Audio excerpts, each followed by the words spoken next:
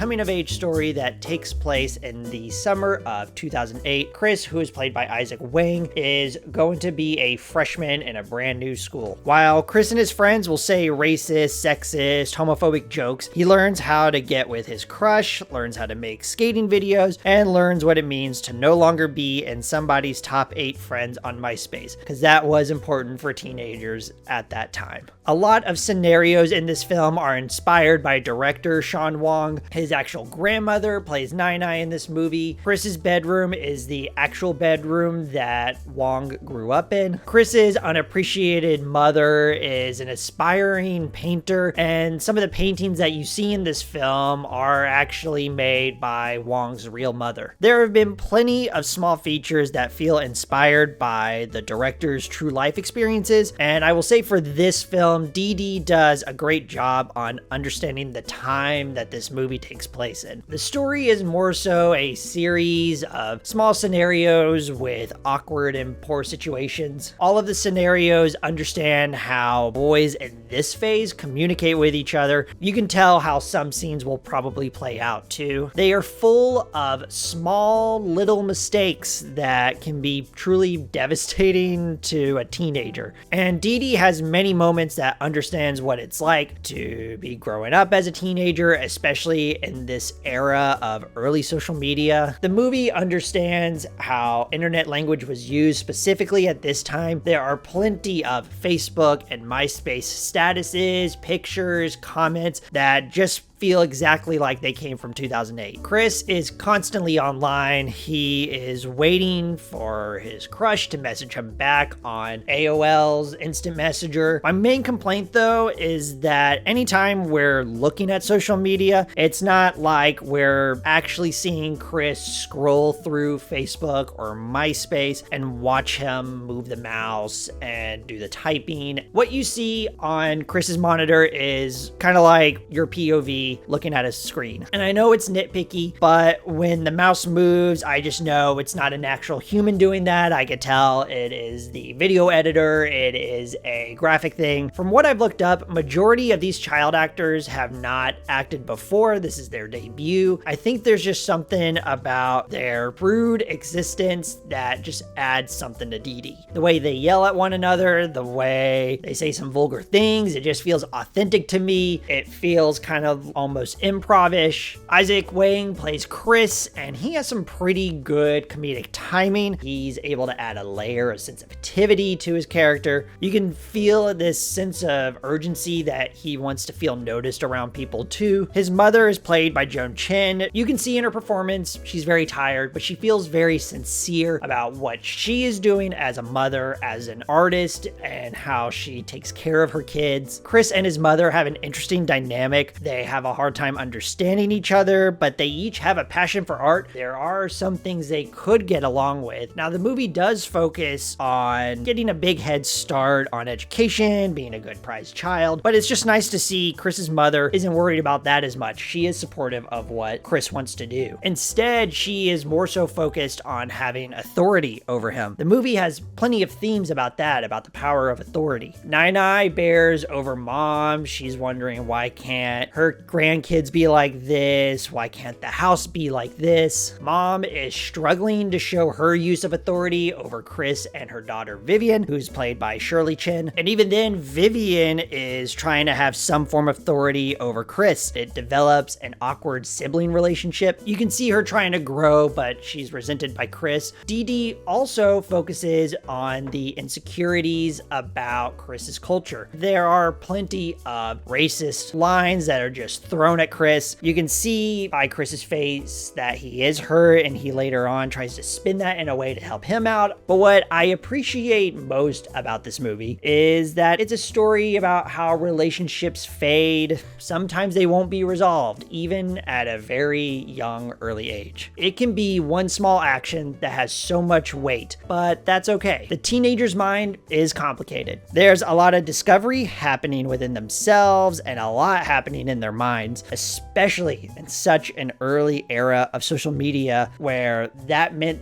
the world to people at that age. Dìdi captures the essence of being a teenager well, and setting it in 2008 is just a nice little flair to add to this story. The movie touches on a lot about internet culture, trying to figure yourself out, and the power of authority, and it does a good job on blending a lot of these together. Now, I will admit that in the third act, it does tend to lose focus on some of this, but it doesn't really bother me that much. I do wish we got to see Chris actually interacting more with social media and not just us seeing like the screen, the monitor, and just seeing it in Chris's point of view. The language and the interactions feel authentic, but seeing Chris do it, seeing his physical reaction, I think that just would have added a little bit more to the authenticity. It's not often we get coming of age stories like this where it actually does feel real and genuine. So that is just something I have to adore. I have to applaud Wang for that. I am excited to see him grow. Right now, I'm going to give Dìdi a 4 out of 5. All right, guys, thank you so much for watching this. If you made it this far, have you seen Dìdi? Do you plan on watching it? Let me know what I should review next. Please like, comment, subscribe. Make sure you exercise every day, drink your milk, and have a great day.